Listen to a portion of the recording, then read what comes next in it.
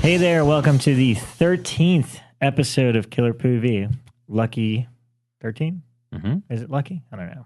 Anyway, I'm Rob G from FEARnet and Icons of Fright, and joining me to my left is the lovely Elric Kane. Yeah. Gotcha. You got me. I called you lovely this time. I am lovely. Thank you for that. There you go. How many movies can we come up with that have 13 in the title? That's a good The question. 13th Floor, Friday 13 13th. Ghosts. 13 Ghosts. 13. 13. There was 13. a film about a hotel building where there was no 13th floor. And then at some point they discover the 13th floor. But that wasn't called the 13th No, floor. but it was scary. It was, actually. I like it was a TV movie. No, that was because the 13th floor was like digitized. I don't remember it being like scary. I remember it being more Could somebody sci-fi. tweet us the name of that movie? Yeah. Somebody want to introduce me over here? I love it when we don't. Oh, yeah. Who's this lady? We've got the Radiant, Rebekah McKendry. Radiant. I like that. Right? Well, Radioactive, more like it. Yeah, I know. Totally toxic. This week, Elric is lovely and you're radiant. Yeah. So Thank there we you. go. And Rob is exuberant. Wow. Yeah. Look at that. Our vocabulary. Hey, it's a horror show. So let's talk horror, I guess. Yeah, we don't have a guest this week. It's just going to be us rapping about this stuff. But our big discussion today is later on in a few minutes is going to be horror comedies or comedy horrors, as we will maybe discuss. Is there a distinction? That is true. But before we get to that, what have we all been doing? Actually, you know what? A movie I wanted to talk to you about. What's up? Because I saw on your Twitter, you watched Dark Skies and I watched Dark Skies. I loved Dark Skies. I kind of dug it too. Yeah, it was really weird because everybody had given it horrible reviews. Oh my God, it's terrible. It's the worst movie of the year. And it came out last year right before Halloween. And so it really got buried. Was it or was it earlier this year? I can't remember when the thought Halloween it was Who's in it? I'll remember. It's the one with Carrie Russell? Carrie Russell in it. Oh, yeah. it was With the alien thing in the room. And Yeah. And I thought that it was around Halloween just because I remember being invited to the screening and I had a whole bunch of other screenings at the same time. And it usually only happens at Halloween, but it may have been earlier. But it was the fall last year. I'll say it was definitely like the fall, I think. And somebody look it up on their phone, so I'm not talking out my ass the whole time. I'm trying to think. But yeah, and I know that it did like a limited theatrical, but the critics just slammed it as being just this horrible. It's an alien film, and critics just slammed it as being terrible and trite and contrived. And so I got a Blu-ray copy of it last week for review, and so I was like, you know what, I kind of dig alien films, I really do, and I'll sit down and watch it, and it was. It's not going to go down, in horror history as one of the best, but it was really good. Yeah, I enjoyed it. It actually came out in February. Favorite alien film? February? Where the heck am I? I could have sworn You're it was probably having a earlier this baby. year. I was having a baby. I Alien was of your somewhere. That's what it was. This is why I wanted you to look it up. I like it that Communion with Whitley Strieber's Communion. Yeah, well, you know what? The reason I liked it is, look, it's not the thing. The complaints I heard when it came out was that it's not really original, and there's nothing new to it. I liked it because it's essentially it's the producers of Paranormal Activity and Insidious. It's That's Blumhouse. the way they sold it. It's Blumhouse, so it plays more like a haunted house movie that just it happens to be aliens instead of ghosts. It does, because and the I kind of stuff- dug that, and it made me realize like, holy crap, I'm actually scared of aliens. Yeah, it was a scary movie, and the aliens were genuinely scary. And I watch movies every day. Horror movies are a daily thing for me. And I jumped several times during this one. There were several times that I was like, whoa, that's really damn creepy. So, Are we going to lose a lot of our likes on Facebook because you Probably. guys I like don't this think movie? so, Okay. because I posted it up on Facebook that, hey, I just watched Dark Skies. It gotten horrible reviews, but I really liked it. And I suddenly had 39 comments of, yeah, that was actually a really good film. Yeah, people should check it out. It wasn't, again, Isn't it also the name of a TV show with aliens? That's true. Is it? Maybe that's part of the confusion. Yeah. Yeah, I think the title was a little confusing for people. There is a TV show, but yeah, it was weird. I remember a lot of the horror guys not really being too kind to it. And you know what? I got to look it up while we're talking about it. But one of the guys on Icons wrote a whole thing about how it's like a metaphor for like child abuse or something like that. Because like they kind of it's not that they neglect the couple has two kids, and they. The older one is kind of ignored, I guess. Yeah, but he's like this rebellious teen and he's brooding and wants to be off by himself. So the parents, because they're dealing, and I'll call it poltergeist and aliens mixed, because it's an aliens film, but and you find this out from the get-go, but the aliens are causing poltergeist-like activities in the house. Like they wake up and all the plates are rearranged. Are the aliens hiding in the house, or are they in the spaceship somewhere else? No, they come nightly and do crazy shit. So, And is there a reason without spoiling it? they get to it. Yeah, Okay. it's that kind of spoils it. But the aliens are there, and every night they come and they do stuff, and the parents think from the get-go that they're targeting the younger son. And so they're very, very focused on the younger son. But then the older son is off brooding and having his first kiss and hanging out with the wrong crowd anyway. So they don't really pay attention to him anyway. But yeah, I could see why people are suddenly like, oh my God, these parents are neglecty, because they are only focusing on the one son. And that becomes a plot point. Yeah, Justin wrote, Dark Skies is an allegory for abuse and shitty parenting in America. Let's see. That was something good about that Possession film, the new one, the one with the Jewish, Hasidic Jewish stuff. The one nice thing about Possession? that was about Actually, the parents. the Dybbuk box. Yeah, but the way they positioned the parents, and they positioned when she comes with bruising and stuff, they made it look like, oh, the dad did it, and he's this good. There was some really good stuff in that film. That film was really underrated, really well directed. The material itself is kind of B material, but the direction and acting and everything was really A. I love the concept behind it. And there were actually some scary scenes in Possession. Yeah, it was well made. Yeah, I liked that one. Yeah, I didn't get a chance to see that one yet, but I definitely want to at some point. Yeah. But yeah, I mean, overall, yeah, Dark Skies was pretty cool. I mean, it's nothing. Again, if you've watched as many movies as we have, then there's nothing unique about it. Like nothing that you're going to be like, oh wow, I didn't see that coming. I mean, it takes the formula from alien movies and haunting movies and kind of combines them, which I thought was neat. Mm-hmm. But yeah, if you're like a fairly young kid, or if you haven't seen a lot of horror movies, I can see this being a really scary. The audience it was for probably liked it a lot, which is, the teenage going out on Friday night to see something cool. This would have scared me when I was 15. I mean, it definitely shocked me when I'm 35. So, yeah. So I'm not 35 yet. I'm 34. I shouldn't age myself. So I saw that. The only other thing I saw, honestly, I finally caught up on Hannibal, the TV show. I wanted to write about that. I have yet to watch the first episode of Hannibal. I'm going to look at my notes where I wrote Hannibal's future ? Yeah, that's going to be interesting. I last episode I was like, this show is so freaking good, and it gets better every week. Which is always a great sign of a show. It's like it's getting better each week. It's getting more evolving. He's really emerging as the Hannibal we kind of thought he would become. And so you're like, how on earth could this not continue? This show. I have a feeling that it definitely will in one way, shape, or form, whether NBC picks it up for a second season or not. Because as of right now, they have not picked it up for a second season. They're still figuring How many more it out. episodes left? They're at the halfway point. I think this week is the 7th. So I watched 5 of them. I guess the one that never aired is I couldn't find online. Oh. But yeah, because I watched the first 2 when it first aired, and I just wasn't loving it the way everybody, including Elric, was praising it. I'm like, it's cool. I don't understand why everyone loves this. Like, I've heard this is the best show on television. I'm like, I don't know about the best show on television, it's not the best show. But yeah, I'm kind of marathoning it, which always helps. It definitely gradually got better, and I got into the vibe of it. I think my biggest problems with it, and it's not really a problem, is looking at Bates Motel and things like Dexter, it's those shows have levity to them.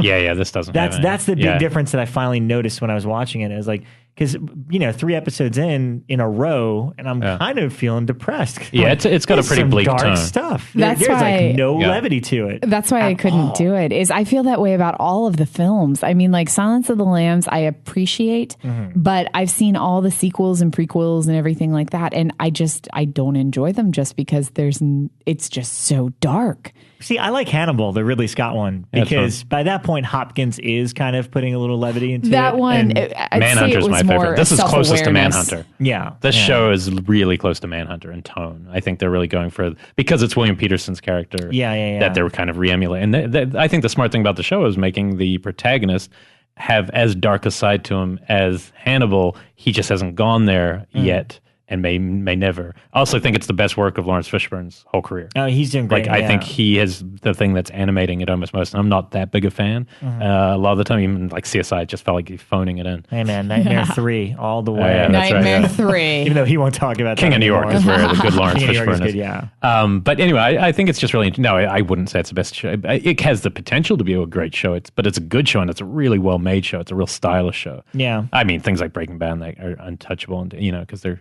so so well plotted. But cannibalism is also kind of taboo still. Yeah, it's hard. And I'm amazed the way they kind of tackle it on the show. Yeah. Is it gruesome or I haven't seen they it? Don't. So. Yeah, he's just always eating and cooking. He's like a fine cook, but he's always feeding people. So it's kind of it's pretty much implied that he's constantly feeding people.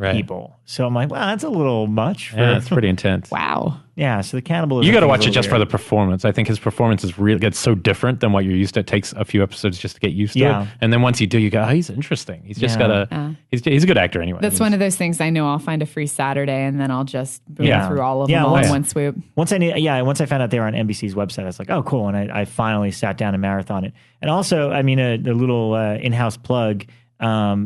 Because I watched them, I went back and listened to Ryan's Bloodcast where he had Brian Fuller on, because that was a few weeks ago, and I was like, I don't want to listen until I've seen the show.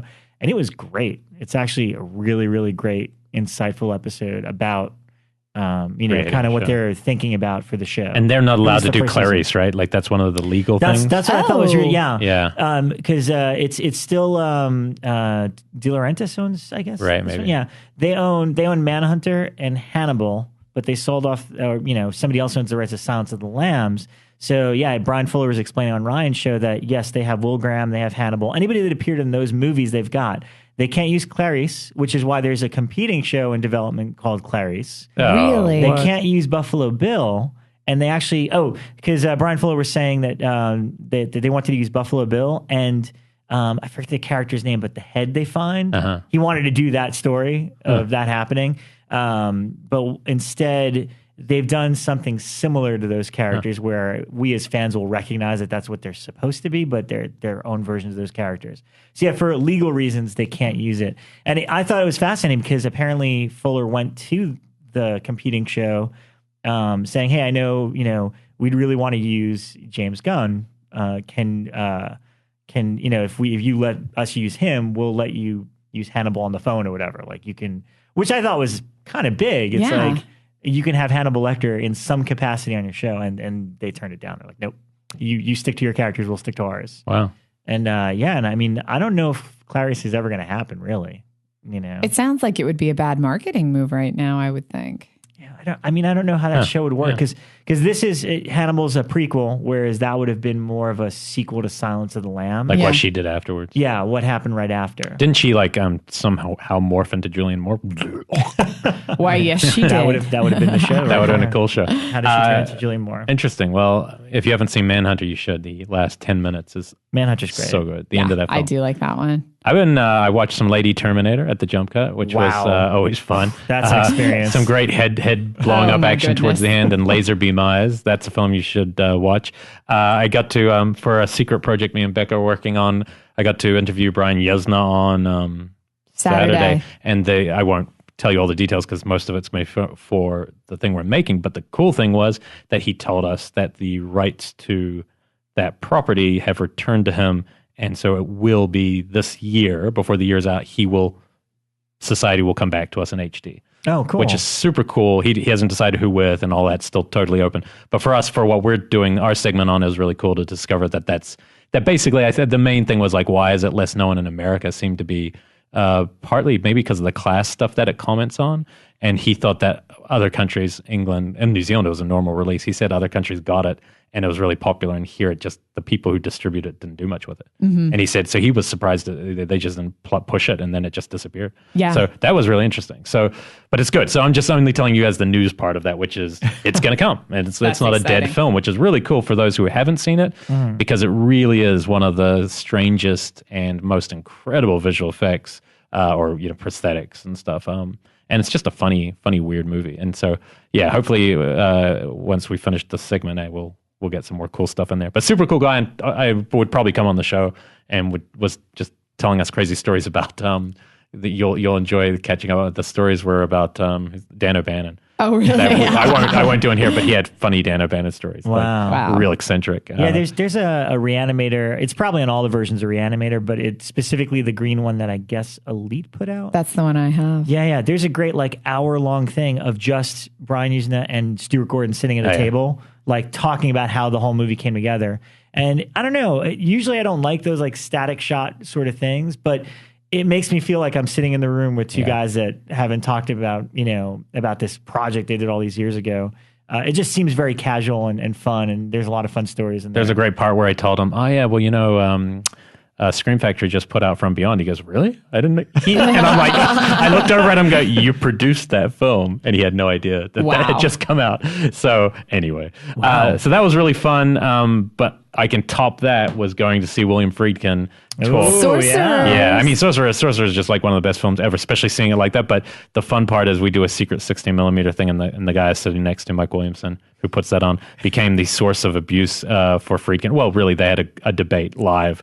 But in front of 700 people. Oh, I didn't know that happened live. Oh my gosh. I thought it was just like, no, it was he intense. was just complaining after the show. Every joke ended with at Mike. Like it started with Mike yelling out to him, William Friedkin said something like, film's dead, 35's dead, move in. And he yelled out, no, it's not dead. They're shooting Spider-Man 2 on 35 right now. And Friedkin looked over at him, took a pause, looked up at the audience and said, who gives a fuck about Spider-Man 2? And it was just great. And I'm sure everybody cheered. Oh yeah, you're at an art house here. It brought down the house. So but it was really fun. He was hassling Friedkin. It was really funny. It was heckling him. It was really great. Gosh. But Friedkin, what was so impressive was it was like watching it was the best. I mean, I'm not just saying that it was the best Q&A I've ever seen because he was so in command of the conversation. He led it places because he's just written a bio, so he's really all the stories are probably running through it. He just seems so young and animated. And this is a guy who's like almost 80 years old and just made a great movie last year, Killer Joe. I just was so impressed by him. But what's more relevant to the show is I watched Cruising again, and I've seen Cruising about 10 years ago, and I've always found it interesting, but I used to view it like a straight slasher film. And I noticed a couple of things seeing a print of it this time. This is the DCP print. It cleaned up really nicely now. This film is... Slasher films, I never feel anything emotionally for the characters when they die. They're just like couples are having sex and they get killed. This film, man, and I'm a straight male watching a gay man in a really difficult position being hurt. And man, I found my heart strings just being pulled. Like I found it to be the most emotional of victims I've ever seen. The way because they put them in such dangerous situations. They're being tied up or whatever, and these are big, like muscular guys who suddenly become like little kids. And then this person kills them. And there was something like really blew me away how much emotion he got out of it. But then when the film ended, like we're talking outside, and we're like, well, there's no way he shot the same actor as the killer. That the killer changes like 10 times the parts of him. So we're like, so actually my viewpoint now is that this is a supernatural film. This is a film about, I'm guessing it's a film about transference, where basically once the killer kills, it passes on to the next person, and that person becomes the killer, and then almost like a precursor to AIDS. I always just assumed he couldn't get the same double. Well, I know, but it's so intentional. It's so weird. Yeah, it's intense. One time he's buff, and the next time we got the skinny guy, and you're like, oh, okay. So in previous times watching, I just thought it was kind of a weird, confusing thing. But this time I was like, no, this is it creates this weird supernatural tone to it. I never thought of it not as an error in filmmaking. Yeah, no, it definitely isn't. He even said something, but he also told a story, and I won't even say. I think it's in the book. He told a story about showing it to the censor, the head of the. And this is a film where the 40 minutes is missing from this film because it's. And he said everyone always wants to see the 40 minutes. I'll tell you what it is. It's just 40 minutes of porn. And he goes, it really isn't anything good, but I put it in there because I knew the ratings would do it, and I was high on my own like star, and I thought I was unbeatable. But he said, really, no one can find it, but who cares? It's just porn. But he said they had the head of the MPA actually came to their house to watch the movie, which would never happen. Yeah. No. And he sat there and he took off piece of clothing after clothing during it, like his tie went off, and then his coat, and he was like fuming. And at the end of the movie, the producer said to him, so what'd you think? And the guy goes, it's the worst film I've ever seen in my life. And then he goes, no, not about that. What's the rating? It was just great, But it was really something special. And it just reinforced that William Friedkin is, maybe belongs more in a conversation as like, besides Exorcist, really is one of the greatest directors to ever live. It's just amazing work. Well, I love that James Franco apparently made a short film. He talked about that 40, too. Okay. Yeah, because I read something in a magazine where he got asked about it, because James Franco made a short film of the 40 minutes that are missing from Cruising. Which is all just so supposed to be like, is it spoofy or is it like serious? It's meant to be him recreating the missing 40 minutes. But Friedkin told this anecdote. He said he heard about it from people. He thought that sounded kind of weird. And one day, that's what I read. Halfway through shooting, so Franco's been shooting. Halfway through, he gets a phone call, and it's like, hey, William Friedkin, this is James Franco. And he's like, oh, hi, James Franco. And he's just like, what happened in the 40 minutes? And he's like, you're making the movie. Like, so he has no idea what the source material was because no one saw it. Yeah. So he's like, what the hell is he doing? I mean, you could tell he just thought he was a stoner. Yeah. Which is true. When I was in New York, I lived above the bar that they shot that in. Wow. And it had like this legendary status of being the bar that Cruising was shot in. And it was a leather bar, but it wasn't like, seedy or crazy like that. Mm-hmm. The bouncer walked my dog if I was at work for too long. I could text him and be like, can you go up and walk Maggie? Yeah. So it was. It's an interesting, I'd love to, if people have seen Rawhead. I would love people to write in like their theories about that film because that's a film I think doesn't have just one explanation. I think it's really, I gotta go back and rewatch it. Yeah, it was good. I had never seen it until I moved into that apartment, and my landlord was like, Cruising was shot below. The name of the bar is the Rawhead, and I was like, oh, okay, I'll watch that movie. And so that's actually what prompted me to watch it. But I only watched it like a couple times then. So who's here? You're here. I'm here. That's like the tagline that keeps going. It's creepy. It's like. But I think it's just interesting because I often think we talk about films like, oh, can you empathize or can you understand a character? And like, I'm not like, I don't have anything in common with like so many of the things that are happening in that film. And yet I feel those characters much more than I do when I see a generic, couples in the woods get hacked up. Like, who cares? But I cared about almost every person who dies in that. I thought that's a sign that the films makers are on a different level. Yeah.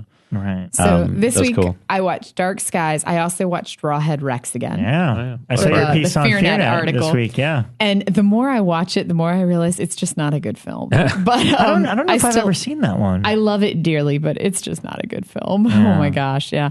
I mean, it's even for the time, I kept thinking, well, maybe, it's just the 1980s. It was made in 86. Is Will Wheaton in that? No. Oh. But yeah, it's life. But Barker didn't direct it. It was just somebody. No, it's the guy who did Transmutations too. Why wouldn't it be great then? Yeah, exactly. I mean, and like Barker has disowned Transmutations. And I mean, I can't believe that after that he was like, well, the first film sucked, but I'll do another film with this guy. And his name was, I can't remember his first name, but his last name was Pavlou. And so after Transmutations like bombed miserably, they decided to do Rawhead Rex together. And George Pavlou. Thank you, George Pavlou. And Rawhead Rex, I mean, the creature is clunky and big and unmoving and kind of lumbering and silly looking. And I think Clive Barker himself described him as an 8-foot tall phallus. And and I mean, and he is, and he's kind of silly, but at the same time, you're just like, you feel bad for him. You just want to give him a hug. And, that's funny.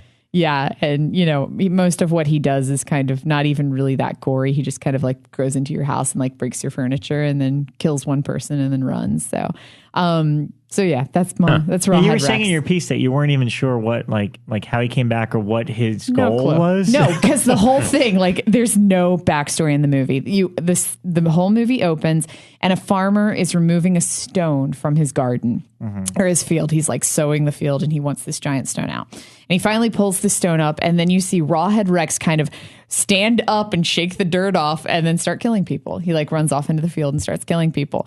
And you kind of get the idea that he's like a pagan something, like he's from the pagan time period, because they talk about how the church has been there from before pagan years, and that the church had fought him, and he's in one of the stained glass mirror windows on the church. And they make reference to the fact that the church was actually created during the pagan years, and that's where the stained glass is from. So, okay, he's from pagan years. That's all you get. It's like there's nothing else. Sounds like Rites of Spring.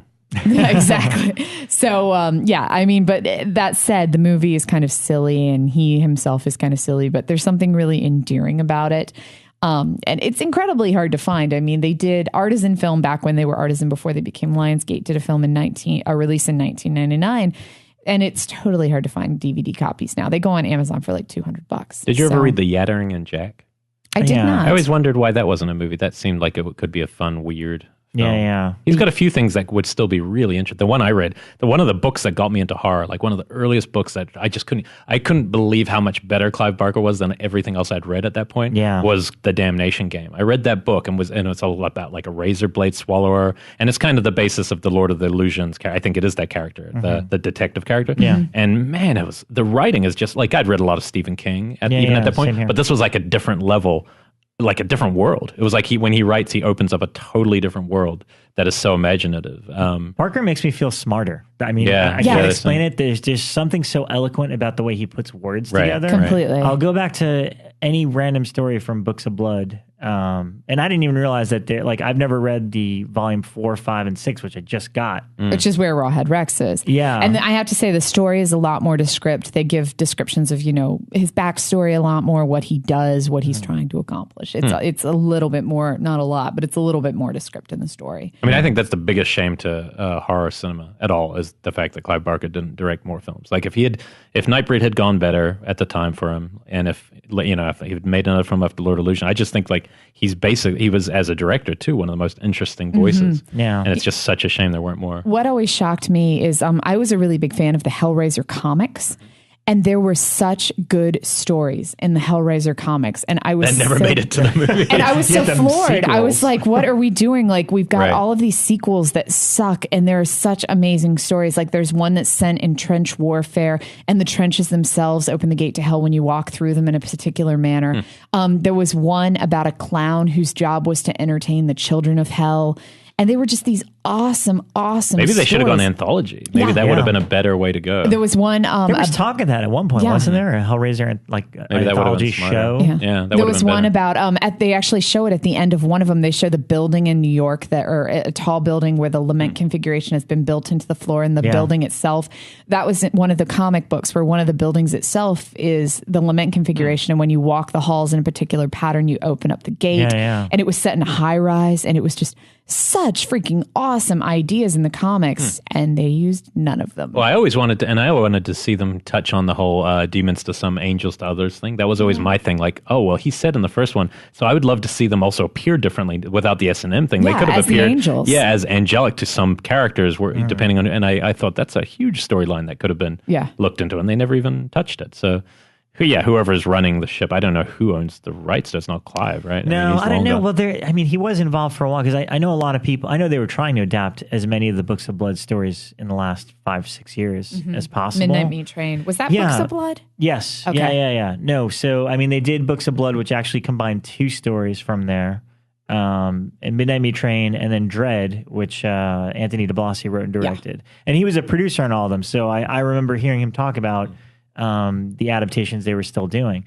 But it's just, Barker's just had bad luck when it comes to movies. I mean, Midnight Meat Train, in my opinion, is one of the best of the Barker adaptations. Oh, yeah. Up there with Hellraiser. I wish that they hadn't used as much digitized blood in that. I sound like I'm drunk. Digitized Nothing's blood. up there with Hellraiser. Hellraiser's on its own. Yeah, Hellraiser. It's in its own place, especially the first time you see it. Like when you first see that vision of a world, you're like, whoa. And then there's sequels that take away a little bit. Though the second one's great. The sequels of the comics that I love so much, they focus on the stories of the Cenobites and the political going on in hell, and Leviathan trying to keep order in hell, and all the Cenobites fighting back and forth. So they're the main characters. It's the bigger focus of the comics. And then when you get into the movies, it's always like some girl accidentally opens the box, Pinhead comes, and he's always the main character, and he isn't in the comics. Like sometimes Chatterer will be the main, and sometimes it'll be a completely different. Well, and in Hellraiser 1, he's hardly in it. Yeah. And Frank, I've always found much scarier. Frank scares me so much more than because he's just, there's something about him that's just, he's searching for something that it just, don't stop searching, Frank. Yeah, just stop, Frank. So.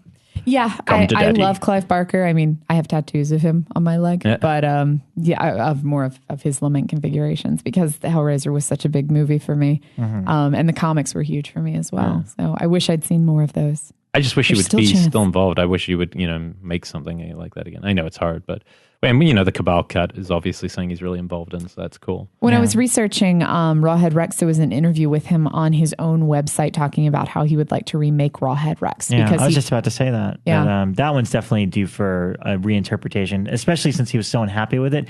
And I've known filmmakers through the years that have had some pretty amazing pitches for it. Yeah. But again, that all came kind of on the heels of the Midnight Meat Train debacle at Lionsgate. Yep. And then Dread is actually another great one. I haven't seen that. I heard bad reviews of it. It's one of the best. It's also one of the best adaptations. Of Barker's work, I'd say, Hellraiser, Candyman, obviously. Although I just read the original story of The Forbidden, and it's very different. It's still good, but it's very, very, very different from what ended up being the movie. Bernard Rose nailed that movie. I mean, Bernard Rose is a good director, and he really helped elevate it. I talked to Sean Keller about that movie a lot, because it's one of his favorites, and that's kind of, to me, one of the epitome, one of the best of the 90s. That era, you look back and it's like Candyman's definitely at the top. Yeah. But yeah, those two, and then Midnight Meat Train and Dread. Dread is just not a pleasant movie. It's just so, I mean, we've only seen it once, and I liked it a lot. I thought it was a really great adaptation. It's just so unpleasant of a movie that I don't know if I have the energy to sit through it again. Let's watch Bunny Game then. Yeah, there we go. Let's do double feature. That's eventually. But I really liked the Barker stories that they did for Masters of Horror. I didn't always like what they did with them, but like Valerie on the Stairs. Yeah, that one was pretty good. I loved the concept behind it. Was that Argento or someone else? I don't remember. Mick Garris directed it, but it was Clive did the story, and like Haeckel's Tale is another one where I love the story. I didn't like the direction too much. I don't even remember who did that one. Peter Yates or something. Peter Yates, someone like that. Possibly. But yeah, that was another one that I liked. That was a question of horror trivia, I think. Yeah, I think it was. Yeah, I think it was, because I didn't write that question. Yeah, because we were giving Mike Williamson crap for not, because he worked on Masters of Horror. Yeah. That's ridiculous. So Clive wrote another one. He wrote another one for Masters of Horror, and the name's escaping me. He did at least two. No, I know he did Haeckel's Tale and... I thought he did Dario Argento's one, Jennifer. No, that was actually written by Stephen Webb. Yeah. Stephen Webb wrote that, and it started the actor? Jennifer? The actor, yeah. Which I love. I heard this, we did this interview with Dario Argento once for Fangoria, and his English is somewhat good. And we were trying to he was explaining to us the characterization behind Jennifer, and he was trying to explain that she was supposed to be cat-like, but he couldn't come up with the word cat, so he just meowed a lot. He was like, she's meow, meow. So my favorite interview ever. That's pretty awesome. Yeah. So that's what we've been up to. That's what we've been up to. Here's our natural segue is this. All right, so I'm going to ask this just to start us on the subject is because I was thinking on the way here, I'm going, okay, some films are clearly horror comedy and some are comedy horror. So Ghostbusters is something that you think of as a comedy with a horror element. Exactly. Whereas something like, for me, a good example, American Werewolf in London is definitely a horror film, but it's also got some really funny stuff. Like Griffin Dunne's hilarious in that film. But it's, more the director's sensibility coming through because Landis is a funny guy. So I think we were more going to talk about horror comedies. We can talk about, like The Burbs is another perfect example, comedy horror. Probably my favorite in the history of cinema. More comedy than horror. Exactly. It's like playing with horror conventions, but it is a comedy. Whereas when you go to something like Fright Night, it's a little more confused because it's still there to scare you. The intention is still there for you to get freaked out, but it is a comedy, right? Yeah. So I guess that's where we're going to, this conversation more about horror comedy rather than... And when we say comedy, that completely excludes spoofs. Yeah, I don't want to... Yeah, because I wrote down like Saturday the 14th. Is it a horror comedy? Yeah. No, it's more of a spoof, I think. It is. It was funny. The funny thing is I was going to start my conference because I know Beck is a big fan, and I'm someone who I always think, in terms of films I want to make, definitely serious. I like dreadful tones, really dark stuff. But it's funny, when I was about to come in and go, I'm not a big horror comedy fan. And when I started doing research for the show, I wrote down about 100 titles I just absolutely loved. And realized, no, I think it's more that I don't want to make the stuff, but I love it. Yeah. I just love it. And because so many films are borderline, like the first one I had to write it bigger than all my other words is Re-Animator, because I remember that film. I absolutely fell in love with that film. I saw that before Evil Dead, so it's still the first love. And it's just brilliant because, I could watch it 100 times, and every time he says, who's going to believe a talking head? Get a job in the sideshow. It kills me every time. Like, I think Jeffrey Combs' comic delivery is priceless. Yeah. And then, there's like work like Peter Jackson's early stuff, because I'm not a Lord of the Rings fan, and I'm from New Zealand, which is sacrilege. But then I look at Dead Alive, and I'm like, this film's unparalleled in terms of comic timing and gore. And it's great. And that was one that I hadn't revisited in a long time, and I just bought, they put a DVD, Blu-ray out of it, which looks great. And there's even a cool new trailer that they recut specifically for the Blu-ray of it. And that one holds up pretty darn well. It's just just such an imaginative, bizarre, and especially coming from New Zealand, which is so fun because there really weren't horror films, especially splatter. There've been like 2 horror films before that ever made, and so he's so clearly like has the same career trajectory as Sam Raimi. Like the two guys love horror. They made it on their own dime when they're young, and eventually ended up basically owning studios. Yeah. And when you think about it, it's like crazy. And while I've only seen King Kong once or twice as well, and it's okay. I don't like it nearly as much as the other Peter Jackson stuff. There is a rat monkey on the boat. Oh, yeah. Exactly. Yeah. That's a little fun little nod. Your mother ate my dog is my favorite line. Your mother ate my dog. I love that. I didn't like the first time I saw Dead Alive. I didn't like it very much. I loved the gore elements, but I didn't like the comedy because it is so slapsticky. And it's also very Kiwi. Like, it's very New Zealand. It's so colloquial to me. Really? I was surprised it traveled at all. I mean, it felt like the perfect like New Zealand. I think that the gore carries it because I still always call it Three Stooges. If when you hit each other, the heads fell off. And right. That's just how that, and even the later like Army of Darkness appears to me. It's just very Three Stoogey. Right. But I have such a great appreciation for it that I'll watch it over and over, and I love the gore effects in it because I love gore as a comedic thing. I think it's a beautiful comedic device. And that's probably what a lot of these have in common. Actually, if we went through them line by line, as probably over the top gore. And that's what I think determines whether it's a comedy with horror elements or a horror with comedy elements. Right. Is how far do you push the envelope? Because like American Werewolf in London is pretty extreme gore. Therefore, it's a horror film with comedy elements. And what its intentions are. Yeah. That one's clearly there to scare you. Yeah. And then you laugh afterwards. Whereas The Burbs, I mean, it's PG-13. It's got some, horror tones to it, but I mean, there's nothing gory in it whatsoever. It's almost like the horror tone is the joke. The joke is like, oh, I'm in a horror movie, right? Yeah. Like my neighbors are killers, and you're not sure where to stand. But when I was in high school, one of the neighbors that lived next door to me used to think I was like this twisted child, probably because I watched horror films all the time. And there was one day that me and my best friend stood in her front yard and chanted, "I want to kill everyone. Satan is good. Satan is our pal." And she called my mom and told her that we were out there doing it. So yeah. Did you kill her? No. Good. All right, we're safe. No, not yet.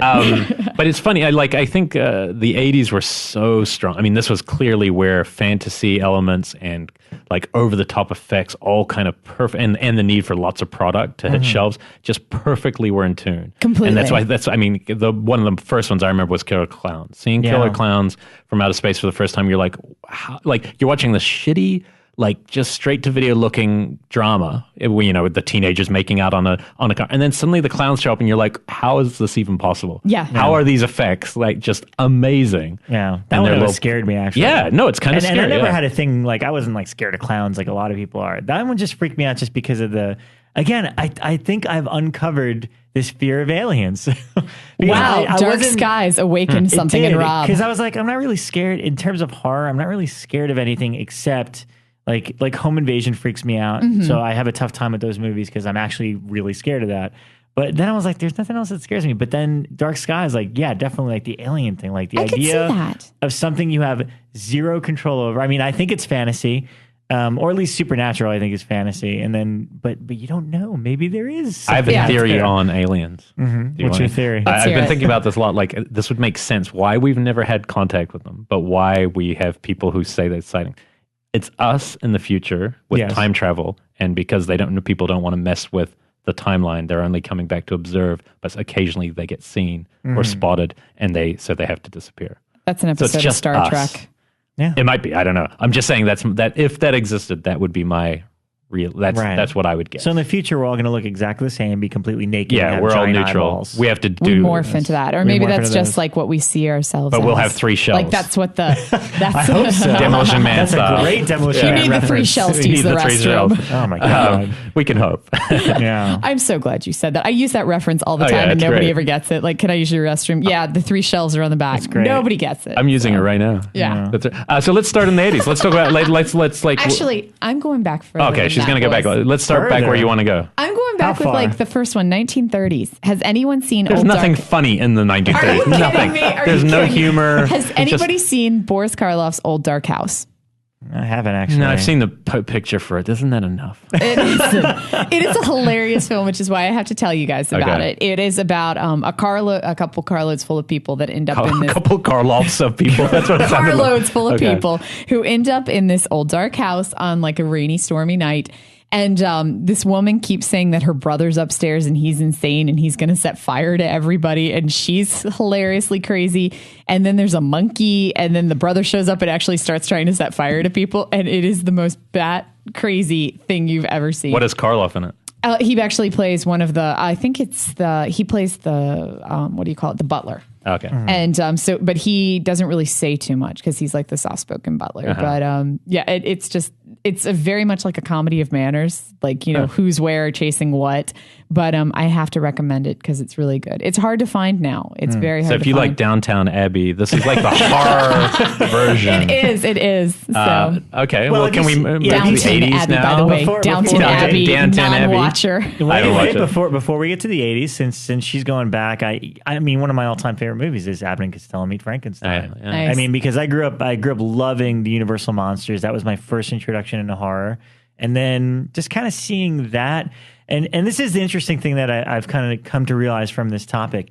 I think horror comedy is my favorite subgenre of horror. You know, people love supernatural, people love ghost stories, people love slashers. It's horror comedy for me. My favorite movie of all time is Evil Dead 2. I love Dead Alive. I love Abbott and Costello Meet Frankenstein. I love American Werewolf in London. I love Feast is the most recent horror comedy that I love quite a bit. John Gulager, like us on Facebook. Who made that? Who made the film? Feast? Yeah. John Gulager. You should know this. I saw him yesterday. He hangs out all the time. He was at the jump cut. Yes. I know. I thought Feast, and imagine if he hadn't had the kind of time pressures, what they could have probably done even more. But it was really good. Yeah. The sequels, yeah, I'm not. They become a different kind of thing. They don't have that tension. They're a lot more self-aware too. Yeah, exactly. The first one has the pressure of the one location tension, which I think is often really good. Yeah. And then I mean, first of all, like I love the first 5 minutes where it's just like it sets up who the characters are, and in such a comical way, like when it gets to Clue and his title card is "will die a horrible death in 80 minutes," or whatever. Like, oh, okay. So, but you're the same way, right? Like you're a horror comedy person at heart, right? Like that's definitely. I have a lot of films there that I like, but also what you would make, you gravitate towards. You know what's weird is we never start out to make a horror comedy. That just seems to be what Dave and I come up with, but it's never our intention. Well, he's also a comedian. But again, every single time he comes up with an idea, he's like, let's put two serial killers together and see what they do together.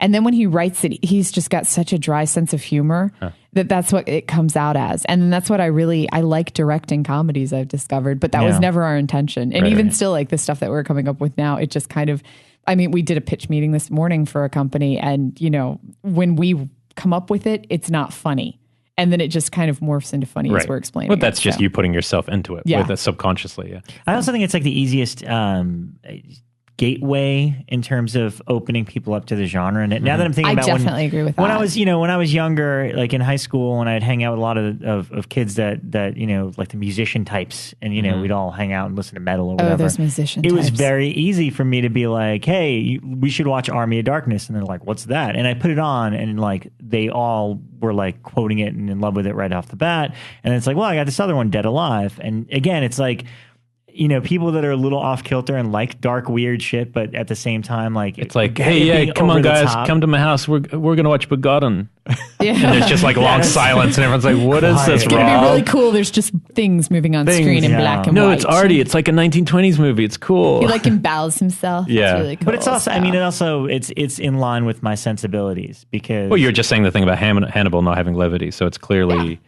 Which doesn't bother me. I watch that, and actually, I find him a little comic in the fact that his cooking stuff is kind of funny to me. His suits are funny to me. Now, if we blend aliens and comedy, Mars Attacks, how do you stand? Oh yeah, how do what? How do you stand on Mars Attacks? I'd like to revisit it. I like Mars Attacks. Because I honestly was a little confused by it when it came out, but I feel like now I'd get it. It's funny. That's a funny film. I haven't seen it since it came out, and I remember not liking it when it came out, but I look back at it in appreciation and being like, yeah, that was pretty cool. It's pretty crazy. It's a pretty crazy movie. I mean, Jack playing multiple roles. And Pierce Brosnan's head getting like sewn on a little chihuahua. Yeah, exactly. It's pretty amazing. Crazy, like those are like it's a strange one. But I mean, there's so many, like, I don't know, looking at the 80s, there's ones that like when House came out, I thought it was the scariest film I'd ever seen. Me too. I didn't see it. Terrifying. I didn't know it was a comedy. It wasn't until I grew up older and I turned it on. I was like, "What? This was like almost slapsticky." That's how I was with Bucket of Blood. For some reason, when I saw it the first time, I didn't perceive the comedy in it. I guess because it is on a much higher level, where it's making fun of a social group that I didn't fully understand at the time. But when I saw it as a kid, I just saw it as him killing people. Right. And same thing with Cars That Ate Paris. I didn't see that as, I mean, it's very much a dark comedy, but it didn't perceive to me to be funny the first time. A good topic would be, I hadn't even thought about one for myself, would be unintentionally funny horror films, like the ones that were actually serious, but you can't take seriously. I wrote down House Sue, and then I put a question mark next to it because I don't know. That has to be. I mean, that's so cartoony and weird. I think so too, but I know that he's at Cinefamily this week. Are you serious? The director is here for a week with all his films. Oh, he's going to be there almost every night from Japan. We should totally get him on the show. And I have no idea about if his he language. speaks English, yeah. But apparently he has another film saying In the Crosshairs that's meant to be good. But Hasu's just so batshit crazy. Yeah, I wrote down People Under the Stairs was another one where I'm always like... I think that was unintentionally funny. See, because that movie to this day cracks me up. It's such a weird movie. And I don't know if it was intended to be. No, I don't think it was. I watched that one. I think there's a lot of mistakes in that film, like a lot of missteps that just tonally, I think tonally Wes Craven wasn't in control. That film just felt tonally off to me. Yeah. I watched a lot growing up, and then even now I go, what is, S&M suit? And I know you're in there, boy. Just everything about that film's weird. Yeah. Whereas Serpent and the Rainbow, I love how straight that is. Just like, this is the straight weird voodoo Bill Pullman. It's weird. But yeah, I mean, there's a big difference between, your Fright Nights, which are just so clearly that's the intent is to, and Chopping Mall is one I always thought was a lot of fun. But, again, as a comedy, they're not making jokes, but it's so ridiculous, these robots in a mall. That's Wynorski, isn't it? Yeah, and he's a comic. Everything he does It's got a comic side. Yeah. The Slumber Party Massacre films, are always they're like the one version of the slasher film that's light. And like the Pizza Man, they're making fun of, they're funny films. But I mean, then you have weird ones that are kind of like a mixture, like Cemetery Man is like, a real kind of a next level film it's kind of way ahead of its time. Yeah. I don't know if it's really meant to be funny or if it's just, I don't know. It's kind of I think it is because, I mean, in his delivery and phrasing, it's very much delivered in a comedic manner. Right. The way that he phrases the sentences and everything. Because that's what makes it funny is it's much more of Rupert Everett's delivery. Right. That makes it a hilarious story for me. So I definitely think it was a comedy intended that way. Street Trash is another one for me. Yeah, it's a weird one. That one's so weird. I laugh at the weirdness, but not the humor. Like, I don't laugh at the intentional jokes. Like, them throwing around a penis stuff, pretty weird. But I'm laughing because it's just it's so out there. I mean, to me, the master, the one person, besides, Raimi and Joe Dante, who are just so clearly, it's definitely Larry Cohen. Like, I look at consistently his use of satire. He just nails it. Like, he's able to... I mean, It's Alive, the first one, isn't funny at all. Yeah, that's a very straight, tense kind of movie. But he's just, he's all really the stuff good. Is kind of... Yeah, the stuff's just wild, Yeah. Cue the Winged Serpent. Yeah, exactly. And then Society, we were just talking about. I'm trying to look at... Then there's some weird ones. I don't know if you've seen. There's a dark film called The Cremator. It's a Czech film, and that's like black humor. To the point where it's scary and like disturbing, but it is funny. There's some weird quality. It's made by this Czech animator. It's like the 60s. Really, it would be one you'd probably find interesting. That's how Man Bites Dog right, exactly. It's probably the same tone. Where it's, I think I'm supposed to laugh and there's a humor to it, but you don't laugh the whole time. Right. But you walk away saying, I think it was a comedy. Right. But I wonder how those two things got... I mean, because obviously they both are timing related, right?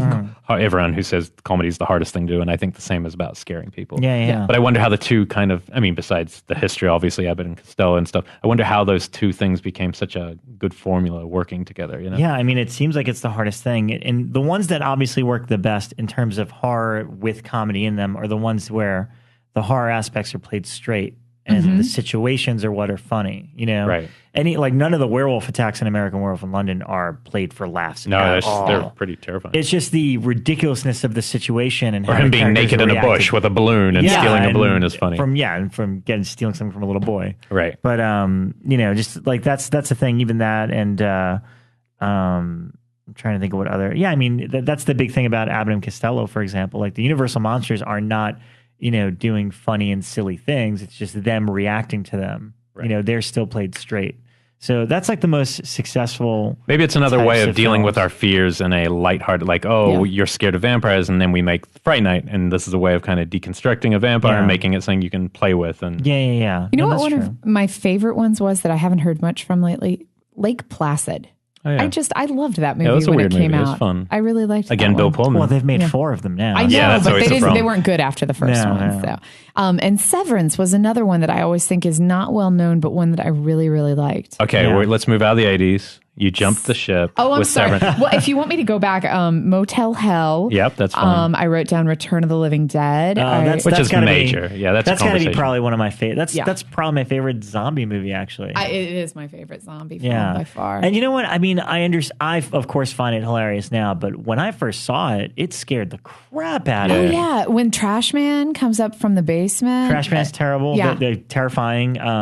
The naked guy running around and just from being really young, that image of this just like weird the screaming headless thing. And then like the half dog as well was kind of like, oh my God, where they have like that, that pooch. experiment thing of the dog cut in half and it was sort of alive. I always got it upset me when he was like putting himself to death by putting himself in the incinerator. I remember being so disturbed by that as a kid. Yeah, it's interesting how your viewpoint really is changed with that particular subgenre, Well, yeah, I mean, I was very young at the time and impressionable, and I think honestly, and this is for a lot of people our age, I really think Michael Jackson's Thriller was like the terrifying. first. I couldn't even hear that without being scared. Yeah, I mean the werewolf transformation, and that was really my introduction into. I went back to American Werewolf in London after seeing that as a really young kid because I'm like, oh, I love the werewolf transformation. Right. I got to see this movie that inspired it. And then that was probably my first introduction into zombies. So even Vincent Price's his voice when it would come on the radio, I was scared of hearing that voice. Yeah. Because just what it brought up. And Night of the Creeps is a modern one that I really enjoyed. Not so much it's not even the comic; it's almost just the memory of the films. And the timing. But in terms of recent ones, let's just hold on. I'm still on the 80s here. I also have down Elvira, Mistress of the Dark. No, oh boy. I loved it. No, High Spirits. I vaguely remember that. Gene Wilder. It was Gene Wilder. Yeah, no, Gene Wilder was not in it. Oh, what's he? He's in one. It had Haunted Steve Guttenberg. Yes, Gene Wilder was in Transylvania 65000. No, that's Jeff Goldblum. What was Gene Wilder in? He was in one like High Spirit. It was like one in a house where him and his wife move in, or they're on their haunted honeymoon. Oh, okay. Probably. There was also House of the Laughing Dead, which I don't remember very well. But I've got a new idea. Never again will the name Steve Guttenberg be uttered in this room because he insulted New Zealand by playing a Kiwi called Lobo in a bad film where he pretends to be from New Zealand to look tough, and he's always on a motorbike and he's always wearing a leather jacket and he goes, "My name's Lobo." And it's the worst thing. And because he's offended our people. He's wow. We're not he's dead to me. He shall not be mentioned. No more Goots. No more Goots. Hey, I love the Police Academy movies. Let me just throw it out there right now. You're right. Cocoon is actually really decent. Haunted Honeymoon is the Gene Wilder movie. Okay. That's what, That is. And speaking of Gene Wilder, I mean, Young Frankenstein. Young Frankenstein. I also wrote down Parents. The Randy Quaid film. Yeah. That's a really interesting film. And this one was a little spoofy, but I liked it. Cannibal Women in the Avocado Jungle of Doom was Bill Maher. I always liked that one. Bill Maher?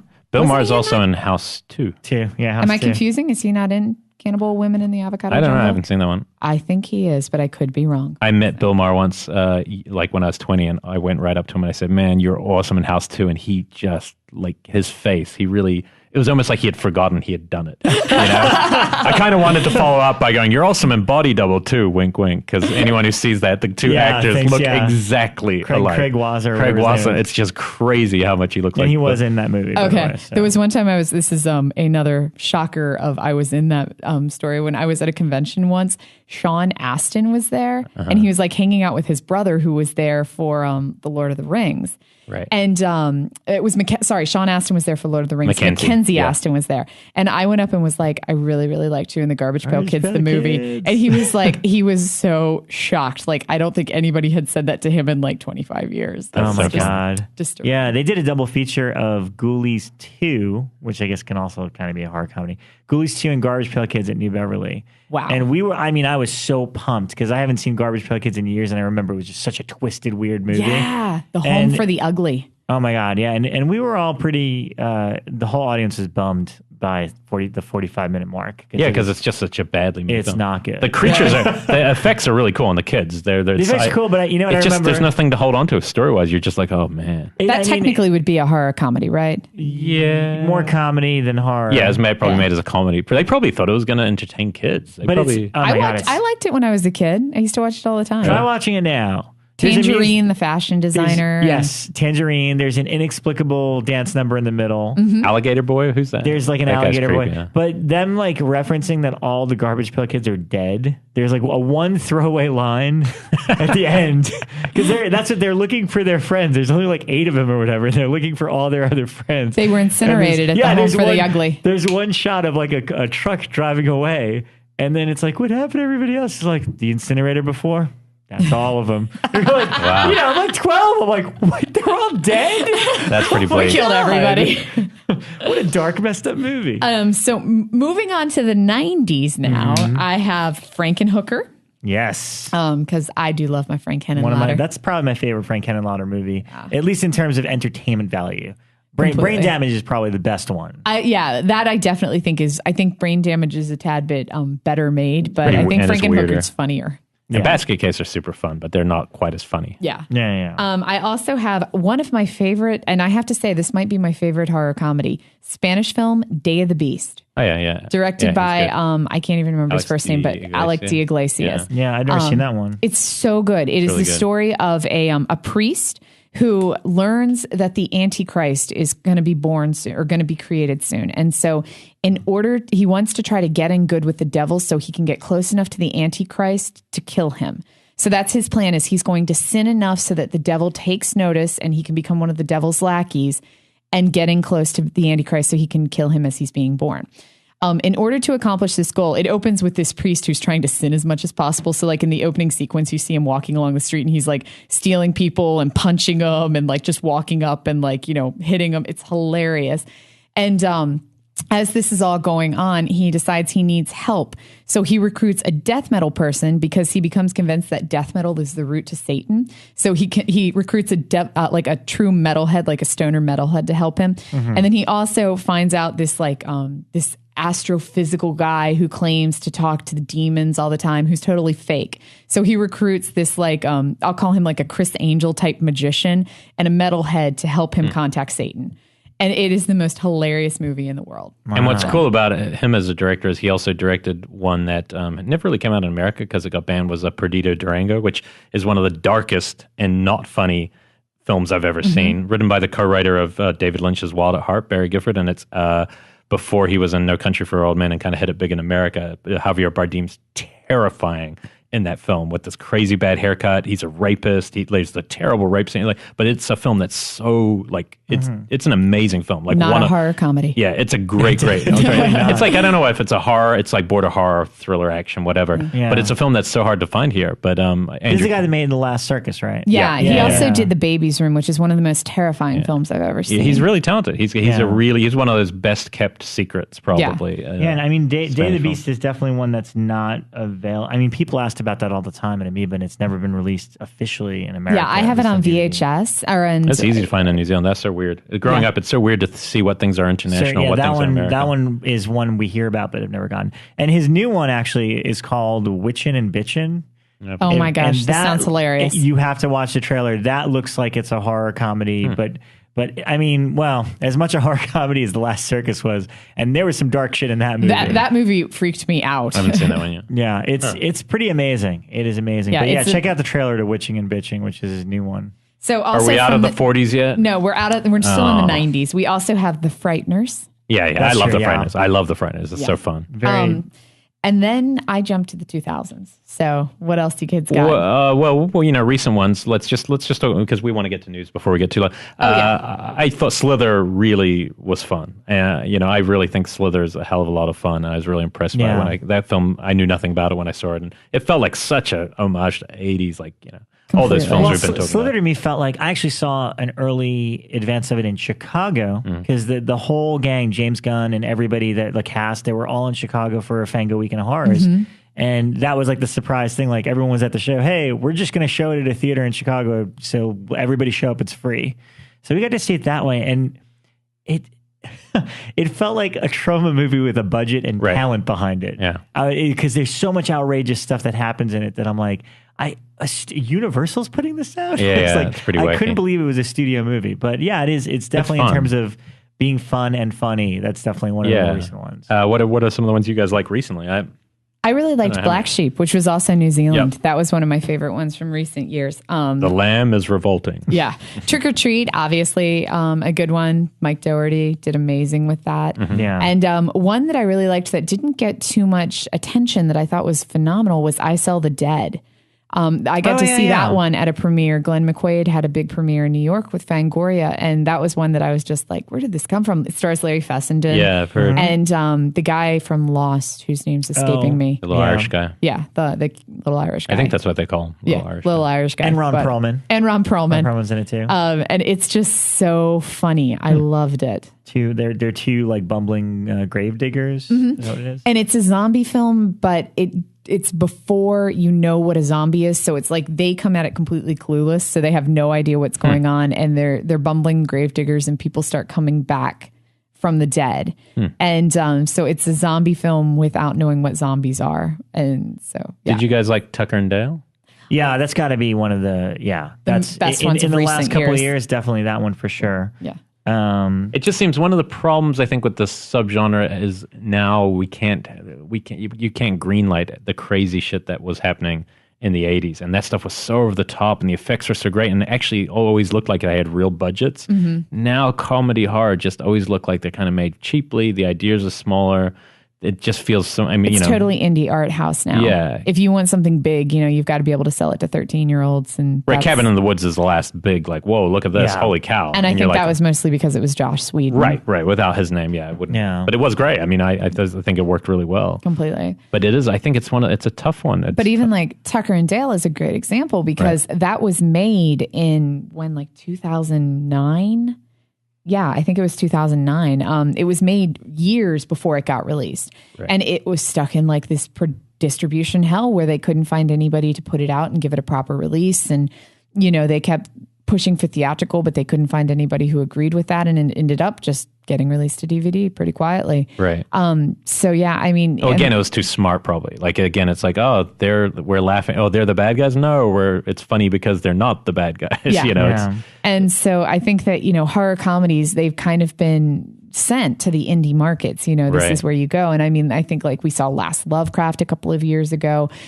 Jack Brooks Monster Slayer. Which, that one I didn't really dig as much. It wasn't so great, but it definitely got a decent amount of attention. There was one called Murder Party. Party I liked a lot. Actually, I liked that one too. I think Magnolia put that one out. But these are all indie horror films that have the comedic twist on the side. They're not going to get major releases because of that. Yeah, the best one I've heard, which hasn't been made, was the idea for the Re-Animator 4. Being set in the White House. That was but it wouldn't work right now because of who's in the White House. But had it been like towards the end of the Bush time, the idea that the president would be William H. Macy and he dies and then he gets reanimated. Yeah. I mean, that would have been fantastic, but it didn't get made. And I feel like it didn't get made because it wasn't the 80s. Well, I know a big, believe it or not, that was one of the big conversations I had with Jeffrey Combs, and one of the times I interviewed him is he was kind of the big holdout. Rightfully so, because he's like, well, all right, if we do it now, he's like, look, political aside, politics aside, it's like, it's pretty on the nose who it's supposed to be. Right. He's like, but will that matter in 2 years when he's not in office anymore? And it's true. Like that fourth Re-Animator movie about, a zombie George Bush played by William H. Macy. I don't know if that's going to have any lasting power. Like, would we want to watch it? But if you just make it about presidents in general, like that's it. And power in general. That was actually the thing that Combs was pushing for, is like, let's make it a little more vague so that it doesn't have to be on the nose. It's a great idea, but not so specific about what's happening now, because then it does date the movie. So has there been any action with Re-Animator 4 yet? I know that they talk about it all the time. He actually, in that, when we talked to him on Saturday, he did mention that one, but he also mentioned other ideas for another one. Oh. So it was definitely not a dead so it's property. Still brewing. Yeah. And there would be no reason to kill the property, especially with the Re-Animated musical, renewing a new interest and new fans who had probably never even seen the film. It's interesting. I mean, I think the key to me would be bringing back Stuart Gordon to direct. Yeah, because Brian even said in his thing, he goes, "I'm kind of a clumsy director with actors. But my work has the fantastic. That's where Yasna's stuff's more unique. Where Stuart Gordon's actually fantastic with actors and story. Yeah, that's his background. So I think bringing him back to direct would be what could reanimate that franchise. It'd be fun to see Stuart direct like a movie version of his musical. Since he directed that too. I mean, I know it'd be a little too radical for people, but this show cannot end. I just realized that we have not mentioned a name that we're all going to jump all over this. none of us, there are 3 people in this room who have not mentioned Don Coscarelli. I was just about to. I had Bubba. If this show had ended, I would have been so embarrassed. I would have not stopped. Because he is the greatest of all of these people. And John Dies at the End is the best recent comedy horror. Yeah, and before that, Bubba Hotep's probably the best comedy horror. I mean, this is a guy who can splice fantastic comedy and genuine horror all together in a movie. Yeah. No one can really do that. Yeah, I think John Dies at the End was his strongest film. It's definitely one of the most hardest ones to like balance all those things. You know, he doesn't get anywhere near enough credit. He should be directing Doctor Strange. Like Marvel should be looking at what's going on and go, oh, we've got a property. Hey, this guy would probably knock it out of the park. Yeah. I wish for Doctor Strange. Yeah, in an alternate universe, that's the kind of shit that would happen. Now, if he does direct it, we're going to have to be like, that was our idea. I would want to take a percentage. But and Bubba Hotep in particular, that's the rare horror comedy that has tremendous heart behind it. Yeah. You know, easily Bruce's best performance. Yeah. Like, not even close. Yeah, it's like that's the best. And I mean, how ludicrous is that Bruce's best performance is playing an old Elvis. Yeah. You know? Obviously we haven't mentioned Shaun of the Dead, right? Which is one of the that's classics. kind of your given. And don't they feel like that one is borderline when we talked about horror comedy or comedy horror? I feel like it's still comedy horror, but it blurs the line more than most of these. When you go to a video store or like Netflix, it's always in the horror section. Yeah, Amoeba, we had it in comedy. Really? Yeah. I think because you would never scare you. You'd have to same thing with Zombieland. Those two are more considered comedy than. I don't know. You see intestines. No, you see stuff, but you wouldn't get scared of that film. Attack the Block, similar kind of thing. I love Attack the Block was fun. Yeah, but I mean, again, it's not that these distinctions mean anything. It's just interesting to like decide. Obviously, the intent is to scare or not. And I like the ones that intend to scare and then are funny as a relief from that. I think that's a great formula. I mean, I'm kind of skimming list. I mean, obviously, Drag Me to Hell was one of my favorites. I've also got. Have you guys seen Nether Beast Incorporated? I never even heard of that one. Really? Yeah. Oh wow! It is a film from 2007. Did I write that down? Excuse me. Sorry about that. It is about a corporation that's run entirely by vampires, but and they run like it's like a big corporation, and they just happen to be vampires. But they start developing this plague that is plaguing the vampire race, and so the president of it starts going insane, and it's hilarious. It's absolutely hilarious. I highly recommend that one. It's really good. It was an indie film, of course, but yeah, it's got Dave Foley from Kids in the Hall in it. And it's just a good one. Check it out. If you to end this part of the conversation before we do news, is there one that you would just watch all the time? Like that's that one film that you could watch anytime, just like The Shining. If most people say I can watch Shining, is there that one horror comedy where you would just never cease to return to? Would that be Evil Dead 2? Yeah, Evil Dead, for me, it's Evil Dead 2. I can always go back to that movie. But I believe it or not, Feast. I always get a kick out of that Feast movie. That's cool. Just because Henry Rollins, just like the cast, and I like the way that it plays with the the hero gets introduced and taken out right away. Right. So that's oh fun shit! stuff. You know what? Even though it's kind of a weird, it's the only time John Carpenter really touches it is Big Trouble in Little China. Oh, that's true. It's got the only one he has genuine comedy. Yeah, he's not. He doesn't strike me as a very funny guy.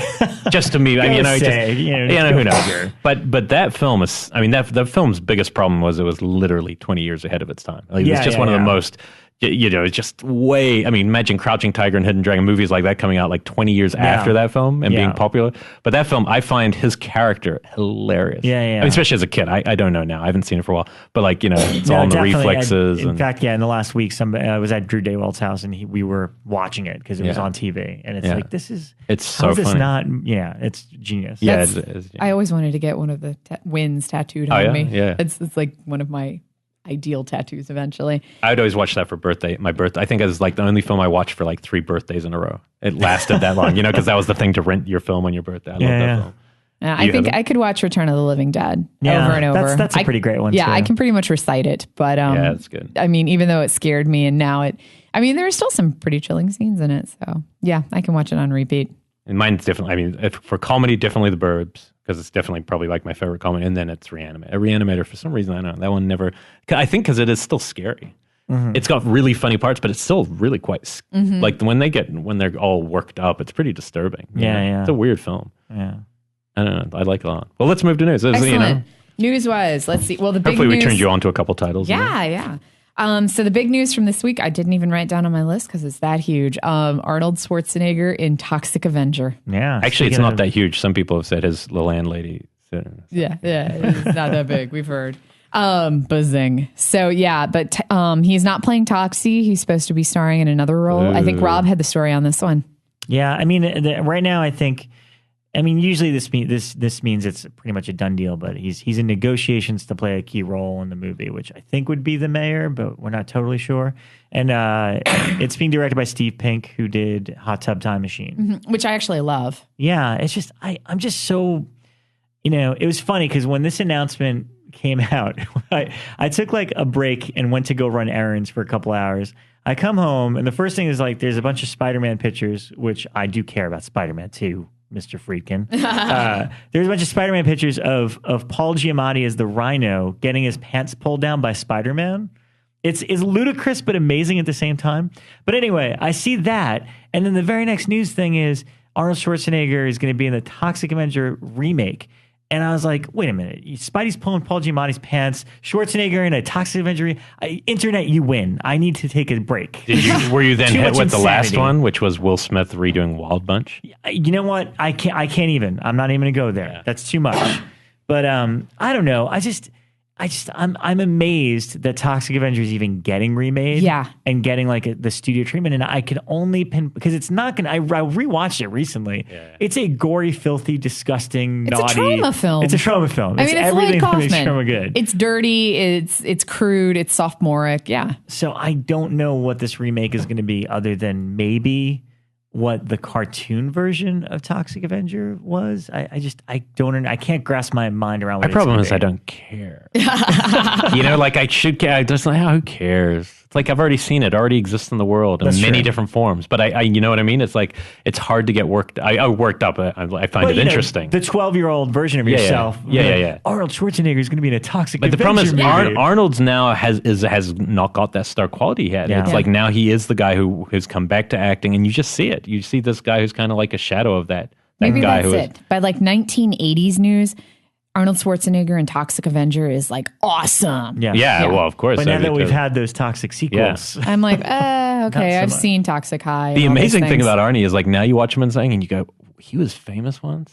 Yeah. But when we were kids, there was nothing cooler than Arnold. So like his accent and everything. Like, Twins. How was he ever the guy? Like it's hard for me to imagine now. It's timing, and I guess it is. It's a lot of things like that hyper masculine thing that was popular then. But like Stallone, I always get, and I still get. I mean, the dude sat down at a fucking typewriter and typed Rocky out. You never forget. Anyone who can do that, that's the difference. Yeah, and he was in one of the greatest action films ever made, Tango and Cash. It's going to play us in a family at midnight this weekend. I agree with you. I love Tango and Cash. Judge Dredd. Because I love Kurt Russell. And he plays the wild guy to Stallone's straight guy in that, which is pretty amazing. Yeah. Okay. So also in news, they announced ABCs of Death 2, and they also announced the people who would be featured in ABCs of Death 2, including Larry Fessenden. We've also got the guy who directed Suicide Club and Cold Fish, which I love, Sion Sono. They've got Alexandre Bustillo, who did Inside and Livid, which is an okay movie, but Inside's great. Vincenzo Natali, who did Spice Cube and the upcoming Haunter. Jen and Sylvia Soska. Which kind of shocked me. I was like, okay, cool. They're in there too. That's good for them. And that was kind of they deserve it. I don't know. I haven't seen their new film. American Mary is really good. I like it a lot. I had issues with the ending, but up till the ending, I was like with it all the way. So, and again, applauding them because women in horror, it's good to see us directing. And not just screaming on screen. So it's got the guy who wrote Embodiment of Evil, which is the new Coffin Joe flick. Yeah. E.L. Katz is the one of the big from who did Cheap Thrills. Cheap Thrills is getting such great praise this year. So So and Marcus Dunstan's in there too. And so there's going to be a lot. What I want to know about this new one is, are they going to do a competition again? Because last time, that's really what put them on the map, was doing we're searching for the 26th letter. That was really, without that, the whole thing wouldn't have been noticed in the same way. So I hope they do, because I really want to do it this time. I was always kicked myself about, I was like, what was I thinking? That just seems so fun. Yeah. So I don't know. The first one kind of bored me. I'm anxious to see, or I guess it started out good for me, but they were all so varied where some I was like, that was really cool. Oh God, that was horrible. It's too much freedom. I wonder, what I want to know is, and I know one of the producers really well, really want to know if the producers are going to do something to control how the shape will finally work out. Because in this one, they just gave everyone a letter and rolled with it. They had to obviously change them when they got the films, but they couldn't do much. Like if they get 4 existential films in a row, they have to put them in a row because that's the way the alphabet. So I wonder if they're going to pick the directors very carefully, what order they'll go in, hoping they should. I don't know what they can do. You know, it's a tough thing, but it's, yeah, you're right. I mean, you know, there's a few that are unforgettable, but then there's a lot that are very forgettable, and that's hard to watch for 2 hours. Yeah, because it was a very long movie as well. At least it felt long. I saw it at a screening, and I remember sitting in the theater just like wanting to check my cell phone because I felt like I'd been there for hours. Well, and also they're plugging it as, I saw it at midnight, and plugging a midnight film, and it's not a midnight film. Yeah, I saw it at midnight as well. It's like going to 3 short film blocks in a row. Yeah. It is. And sitting through all 3, you know, so they need to think about that a little bit. I mean, you know what would have been really cool would have been the challenge of making a exquisite corpse film. So yes. So it's ABCs of Death, but each director gets to see the last like 20 seconds of the previous letter and has to connect it, because then there'd be a connectivity. Copywritten, we're producing. Yeah, actually, that's a great idea. Okay, let's do that. Okay, we're making it. So the 1, 2, 3s of death. Yeah, exactly. The 1, 2, 3s. We just call it exquisite corpse. It's such a great name. Yeah. I've got the worst tickle in my throat, guys. I'm sorry. Water. I've been chugging it. So, anyways, next up, let's see here. Oh, this one bummed me out. So, Bloody Disgusting reported this week, Warner Brothers is going forward with the remake of Gremlins.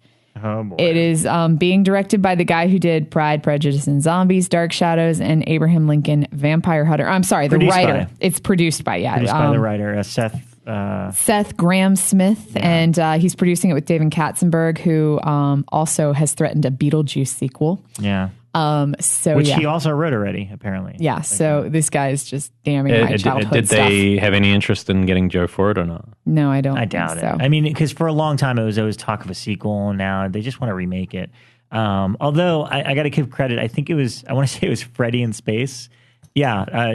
When the news came out, the guy that runs Freddy in Space posted, what they should do is make it totally meta, where it's like execs want to make a new Gremlins movie, but make them CG, so the Gremlins come out and fight them that's over. Really fun. Oh, that's so awesome. All right, well, that I could get behind. Okay. See, that would have to have Joe Dante making it. Yes, he would have to be involved, definitely. I have utilized the power of a cough drop, so we're okay now.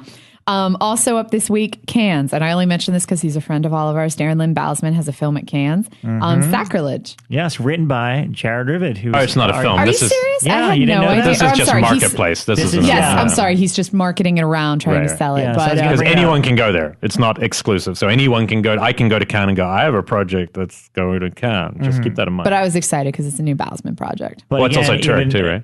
Yeah, Ryan Turek is co-producing it. And yeah, Jared, who has Bloodcast on the same network. Yes, and Jared, who was on 3 episodes ago, which was funny because he was saying to us how, he's written plenty of stuff, none of it that's gotten produced, but here's one that is going into production. Yeah. And then... Congrats, Jared. Yes, and then this is small, but it's big for me. The Brood is coming to Blu-ray. That's nice. It's an import though. It's not coming out to US. You're right. It's a British Bluray. Second Sight's doing it. They're good. Which means they do good stuff. I know that's why they have like some crazy special features on it. But I have an all region DVD player. Yeah, come to her house. Freaking people. Fine. I think I got it from, you know what happened? Okay, now I remember why I thought Amoeba. So I went to Amoeba one day, and this is where Rob used to work. I went to Amoeba one day looking for an all-region DVD player, and the guy there told me how to hack my DVD player into an all-region DVD player, and it worked. Wow. Oh, wow. So, but I also have an all-region DVD player. I watch DVDs in all rooms of my house. So, nice. Wow. Yeah. Well played. You're busy. But I won't give that hack on the air. Just in case. Just in case. That's all the news? Is there any other tidbits that Those are the main things that I saw this week. So anything else, Rob? God. Well, yeah, you mentioned the Sacrilege. So that was the main one. That I was psyched over. No, not really. I mean, just to plug a few little things that we've got going on. Why am I drawing a blank now? Because it's late and we're exhausted and I don't have coffee. If you check on FEARnet, by the way, here's a fun little thing that we did this week. We're showing Battle Royale on the network. We got the rights. Oh yeah, I loved this video. So we made a video of the employees reenacting Battle Royale. So If you check on FEARnet, it's live right now. It's all of the Can you post it on our Facebook page? I can do that, and I will do that. It'll make your life a little easier by posting it for you. Yes. I am actually the bodyguard in it, so I don't get killed, thankfully. Spoiler alert.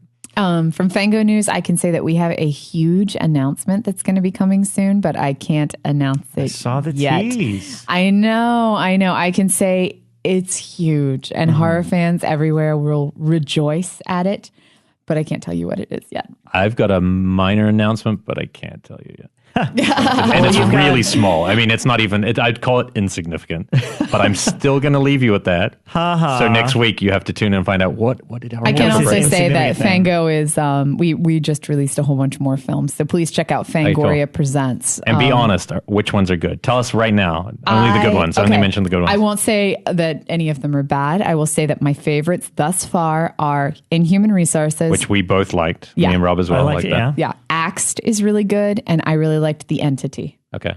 So I think that's confusing. I have Sin Eater at home. Yeah, Sin Eater. Yeah. I haven't seen Sin Eater yet. Or it's Sin Reaper. Sin Reaper. Yeah, I haven't seen that one yet, so I can't really speak to it. That wasn't one of the ones that I worked to acquire. But yeah, I definitely say check out Inhuman Resources and The Entity, which were two of my faves. And you've got a short presentation this weekend? Some really fun short films and something else that's mysterious that I cannot announce being shown that night. So if you're a fan of Ed Shumcut, he's talking I would say if you're a fan of Drew Daywalt's work, you would want to, it'd be an unmissable screening of some kind, and hopefully something of Becca's. We will see how the next couple of days go. We're working on that. But yeah, we should have some good shorts there, and we have something good coming up. I actually just found out something I'm really excited about playing, that if you're around, Adjust Your Tracking, the documentary all about VHS collector. I just heard from the director, who is not in LA, yesterday, and we're going to show it at the start of June. Oh, great. And he's going to try to get to town. I am so I'm really excited. It looks really fun. Great interviews with a lot of great people about I can't wait the to love of VHS. So that will be fun. This week I had to buy a head cleaning cassette for my VHS player,